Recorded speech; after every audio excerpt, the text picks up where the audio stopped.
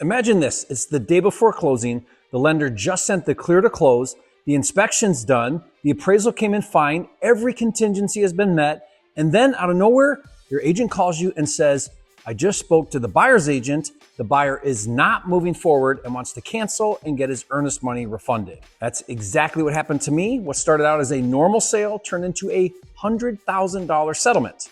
Now in this video, I'm going to share exactly what happened, how I handled it, what I learned, and most importantly, how you can protect yourself from buyers, agents, and lenders who think they can screw you and get away with it.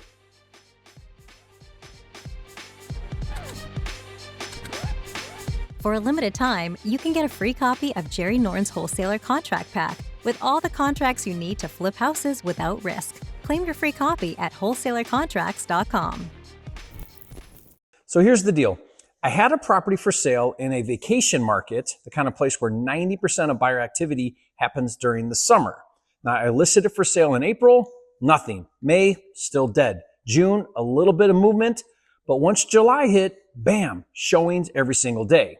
By mid-July, I had multiple offers. After going back and forth, I finally accepted the strongest offer. It was a doctor, an anesthesiologist, and he wanted this as a vacation home and looked very qualified on paper. He was approved with a 20% down conventional loan. He put up a solid earnest money deposit of $27,000. So I accepted his offer, went under contract, and I took the property off the market. Everything was smooth sailing. He did the inspection. He asked for a few repairs, which I agreed to and I paid for and had fixed. The appraisal came in fine, and we were ready to close. Then literally, the day before closing, my agent calls me and he says the buyer isn't moving forward. He says he didn't get approved for financing and he wants to cancel the purchase and get his earnest money released. Now listen, this isn't my first rodeo. I knew this was BS. The title company had already received the clear to close from the lender. So I refused to release the earnest money and I immediately called my attorney.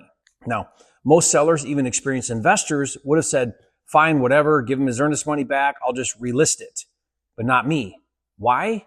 Because when you're under contract, you have rights too, and I felt like mine were grossly violated. Once a buyer clears contingencies, they can't just change their mind.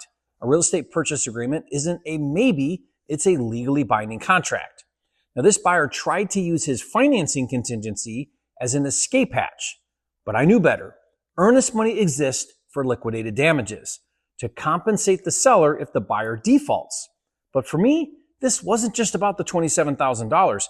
It was about what that buyer's breach cost me, because by the time he backed out, it was the end of summer. I missed my entire peak season. When I relisted in September, activity had already dropped off fast. Showing slowed way down. I went back to my other offers that I received back in July, but none were motivated anymore. The highest new offer I got was $150,000 less. That's real money and real damages. Now here's where things get interesting. During the back and forth with my attorney, I discovered something shocking. The buyer's lender was actually the buyer's agent's husband. Now that's a massive red flag. Think about that.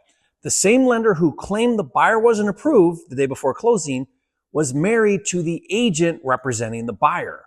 Now at that point, it was clear to me they were colluding to help this buyer back out and fabricated the financing story. And that's when I decided this wasn't just about $27,000 anymore. This was about accountability. I told my attorney, make it clear to them that I'm not backing down and they're not getting away with this. This is fraud and I'm coming for blood. And we drafted a strong demand letter stating that I didn't believe the financing excuse and that the buyer's breach caused me over $150,000 in real damages. Now at first they offered to release the $27,000 earnest money, but that only confirmed my belief that they were lying about the financing. When my lawyer asked if I wanted to just take the $27,000 and move on, I remembered something I read a long time ago in one of Donald Trump's books, Think Big and Kick Ass. There's a whole chapter about revenge. He says something like, always get even. When somebody screws you, screw them back in spades. Now, I didn't take that to mean stoop to their level or act out of vengeance. What I took from that is when someone lies, cheats, or wrongs you, you respond by standing your ground and fighting for what's right. So I told my lawyer, no way. Tell them I'm prepared to litigate, and if discovery proves they lied to protect the buyer, I'm not just coming for liquidated damages, I'm coming for their licenses. And I meant it. Then I made a prediction to my lawyer. I said, this buyer knows he's wrong, They're going to end up paying me $100,000 to go away.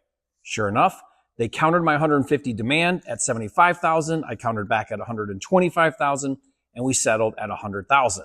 That's right. They paid me $100,000 to settle this dispute.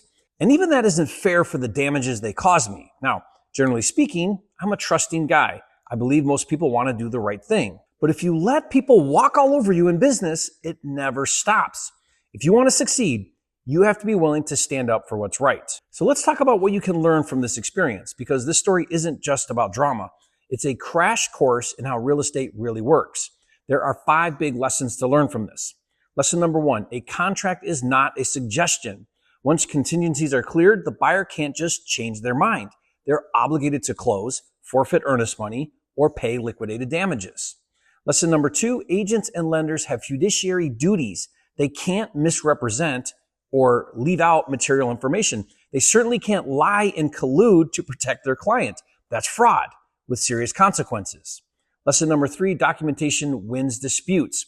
I had proof of everything: contract, inspection, appraisal, clear to close. If we'd gone to court, my lawyer could have subpoenaed records to prove that they lied. Okay, lesson number 4 is be professional but firm.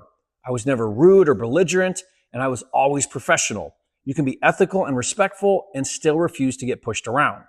And finally, lesson 5, being right isn't enough. You have to enforce your rights using legal pressure.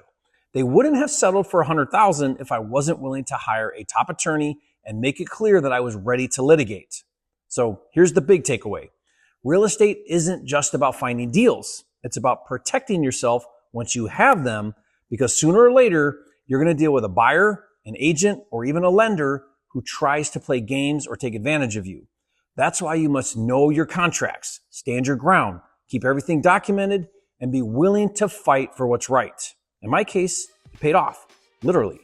We didn't even have to go to court, and we settled for $100,000. But more importantly, this reminded me that doing business with integrity doesn't mean being passive. You can be kind, you can be fair, but never ever be weak. Let me know your biggest takeaway, and I'll see you on the next video.